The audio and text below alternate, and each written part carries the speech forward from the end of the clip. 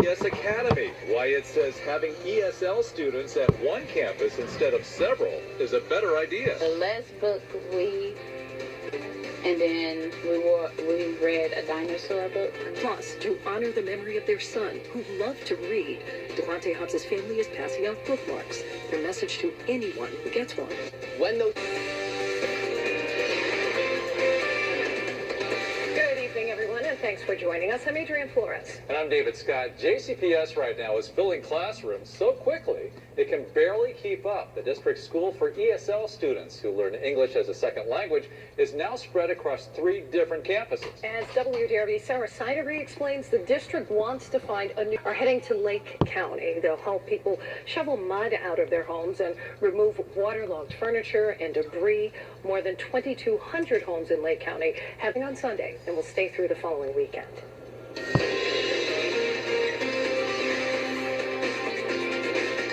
Today was one of those days where you stepped outside and just said, touch, and a lot better. The reason for that, we kind of cooled down temperatures a touch and wiped away the humidity temporarily. Now, you could argue it's a touch humid out there with dew points around 62, but overall, it's not that muggy. Temperature 79, east wind at 10, and it feels like temperature of 80, which is only 1 degree above the actual air temperature.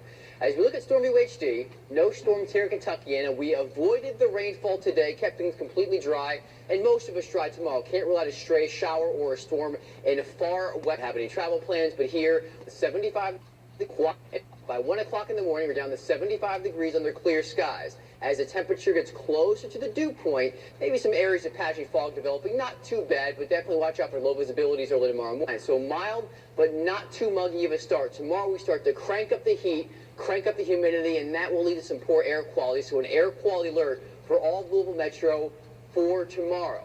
By the end of the week, some thunderstorms arrive, and Thursday is the day more storms arrive, and which locations are most at risk. All right. Thanks, Rick. Also tonight, a 7-year-old boy killed by a stray bullet is sending a pretty power bus came from. WDRB weather, sponsored by Baptist Health, centered on you.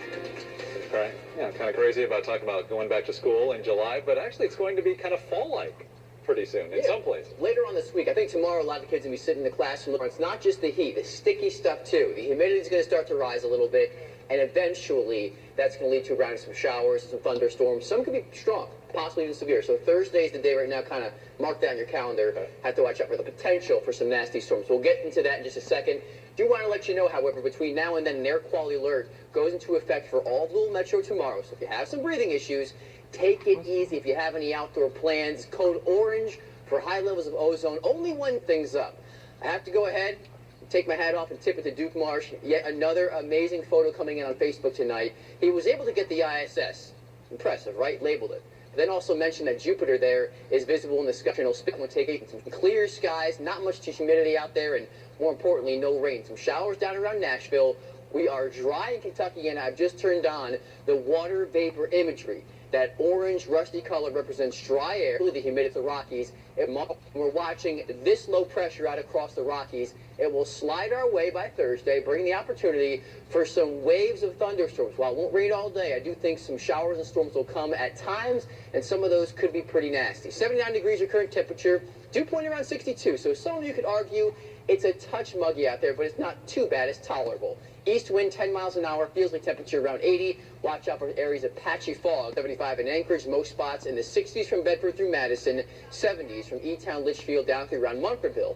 Look off to the west, Kansas City 87, St. Louis 84. Yes, there is warmer air out there, and it is moving our Thursday for some strong to possibly severe storms. Includes areas like Louisville, Madison, Shelbyville, Henry County of Eminence, Kentucky out there. Damaging winds, heavy rain, lightning. Those are going to be the main 3 threats. Let's time these storms out for you on advance track. Not much back down to the 60s. By tomorrow afternoon, we reach the 90s, and let me point this out. The orange is your feels-like temperature. They will be in the mid to upper 90s at times, so definitely a hot and a humid day. Crank up the AC. Thursday, wave day, and notice these are pretty strong out there. Some warnings certainly possible for some gustier winds. Thursday evening, another round of storms move through, and each one of those, depending on how much time we have between both, they could be pretty strong. As we get through Friday, however, we'll see most of that damaging wind reports will be possible. Thursday today, we'll watch it very carefully between now and then. Patchy fog tonight, mild, not too muggy, down to 69 degrees. The heat and humidity back in action tomorrow. You're going to sweat. 93 degrees with an air quality alert. Can't rule out a 20% chance late west of I-65 for an isolated storm. Better chance holds off until Thursday. Most of that, I say most of it out of here by Friday, because we could have some lingering showers and clouds during the morning. The weekend, however, looks fantastic. 83, a little breezy with low humidity, and a high of 83 on Saturday.